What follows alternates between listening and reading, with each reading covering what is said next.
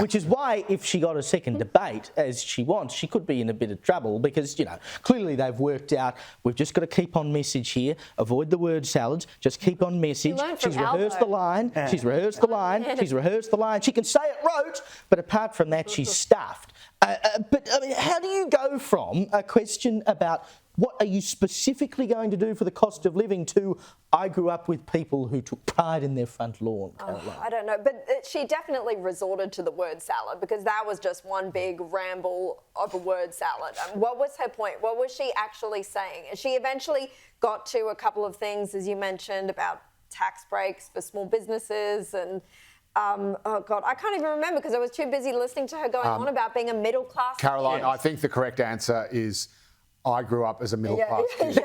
And then she also always what's the square root of 125?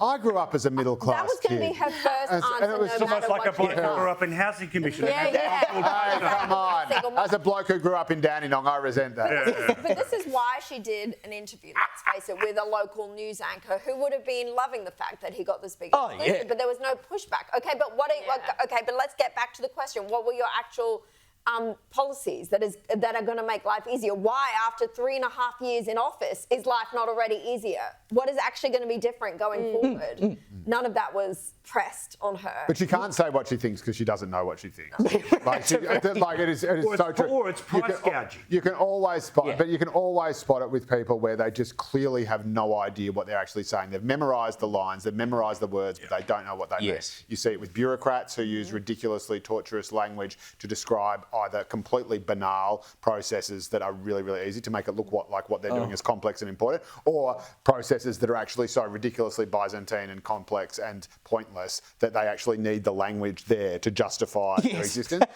You can hear it with academics all the time. And again, you know, ray gun.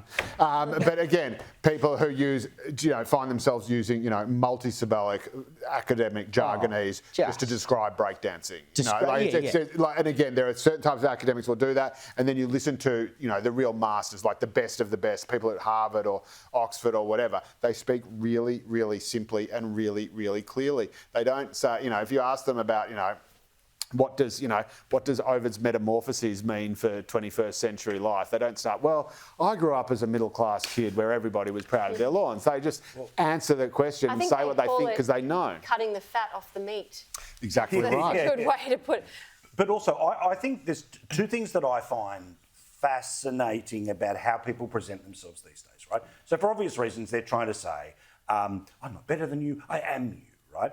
Now, previously, most politicians in the Western world would say that they were from a working class background, and that's why, because there's a greater population. The idea now that this person has clearly spent a lot of time away from working class, the best she can reach down to is middle class. That's right. It's amazing. Is one thing.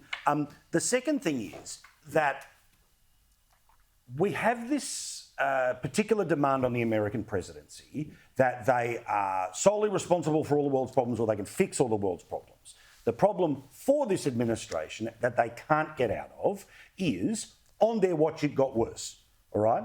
Now, her being able to answer specifically what is the one thing you'll do to change, but the whole point is the reason she can't answer the question is because she's the co-pilot in the plane that has been going into the wall. Yes. She can't turn around and she can say, look, my plan is to take it away from the wall. Okay, that's great. But currently you are the co-pilot of the thing that is off course, which is why all of these polls basically, Trump in many ways should be winning this election by a much bigger margin because he's trusted on supposedly the issues that people care about.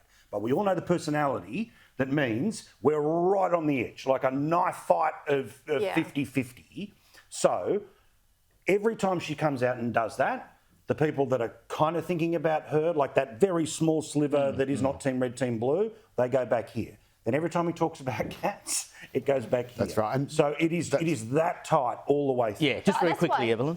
That's why I think that they're using the emotional appeal. The Democrats, Kamala, however it is, but they're using the emotional appeal because they can't use their statistics, they can't use the last 3.5, 4 years, they can't use their history because, like you said, she's literally the co-pilot of the plane that's crashing. So that's why they're doing these emotional appeals. That's why she's saying, oh, I'm just like you. I'm a middle-class citizen. That's why she's doing the appeal with, the women vote to the black vote. It's all the emotional pulls because she's going to try and pull people in based off that. And notice as well, she tried to do the relatability thing about small business during the debate by saying, my second mother owned a small business. Well, because you wouldn't have any concern whatsoever for small business unless you knew someone who owned a small business. But that means that's second, that's a governess.